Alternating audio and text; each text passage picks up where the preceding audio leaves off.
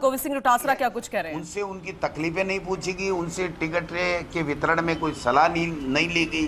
वो अपने समाज के लोगों के, प्रदेश के लोगों की काम नहीं करवा पा रहे थे। ऐसी बातें भी उन सब के सामने वो आ रही थी। वो कह रहे थे कि मोदी जी ने मुझे 7 सीटों की जिम्मेदारी दी है, तो उनका जो तात्पर्य हम समझे या प्रदेश की जनता समझे कि ये 7 की 7 सीटों में मेरा कोई राय नहीं है, मुझसे कुछ नहीं पूछा गया। दादागिरी के साथ में पार्टी आला कमान पे हम पे ये जो है टिकटें थोपी गई हैं।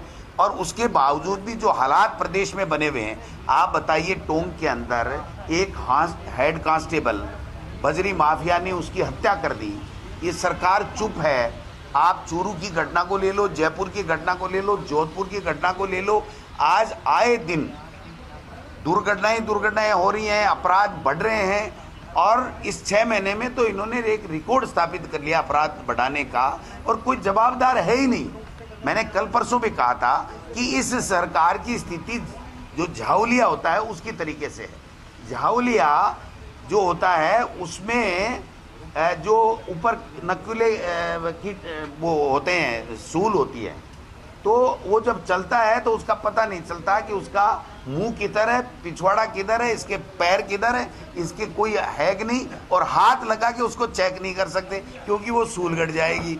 तो ये स्थिति है कि सरकार को चला कौन रहा है और ये सरकार चल कैसे रही है। गोविंद सिंह डोटासरा को सुन रहे थे। एक बार फिर से इन्होंने एक शब्द का उल्लेख कर दिया देसी भाषा में और एक्सप्लेन करके भी बता रहे थे। अभी तक सरकार की तरफ से कोई रिएक्शन नहीं, लेकिन विपक्ष जरूर बोलता नजर आ रहा है। मंत्री पद से किरोड़ीलाल मीणा का इस्तीफा, रिएक्शन आने शुरू, लेकिन विपक्ष की तरफ से।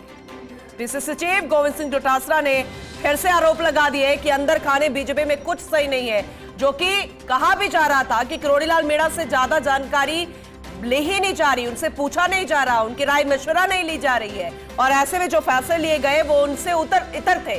तो ऐसे में उनका दुख, उनकी नाराजगी जग जाहिर हो गई है। क्या वाकई में बीजेपी के अंदर सब कुछ ठीक नहीं चल रहा?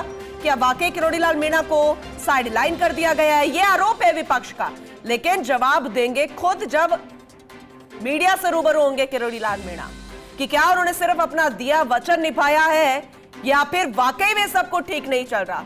ये दोनों अलग अलग बातें हैं, क्योंकि जो कहते हैं वो करते हैं, और इससे पहले भी वो इस्तीफा दे चुके हैं। और ऐसे में अब एक बार फिर से जब उन्होंने अपने मंत्री पद से इस्तीफा दिया है, तो क्या वो अपना वचन निभा रहे हैं, जो कि उन्होंने कहा था कि लोकसभा चुनावों में जिस तरीके से रिजल्ट आए हैं, और जो उन्होंने कहा था कि अगर ऐसा होता है तो फिर मैं इस्तीफा दूंगा, या वो वचन निभा रहे हैं या फिर वाकई में सब कुछ ठीक नहीं चल रहा है?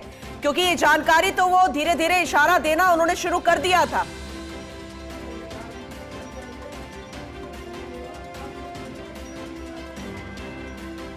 क्योंकि इशारा देना उन्होंने पहले से शुरू कर दिया था, क्योंकि सरकारी सुविधाओं से उन्होंने दूरी बना ली थी, ना गाड़ी का इस्तेमाल कर रहे थे, अपनी पर्सनल गाड़ी से जा रहे थे, कैबिनेट की बैठक का हिस्सा नहीं थे, सचिवालय नहीं जा रहे थे।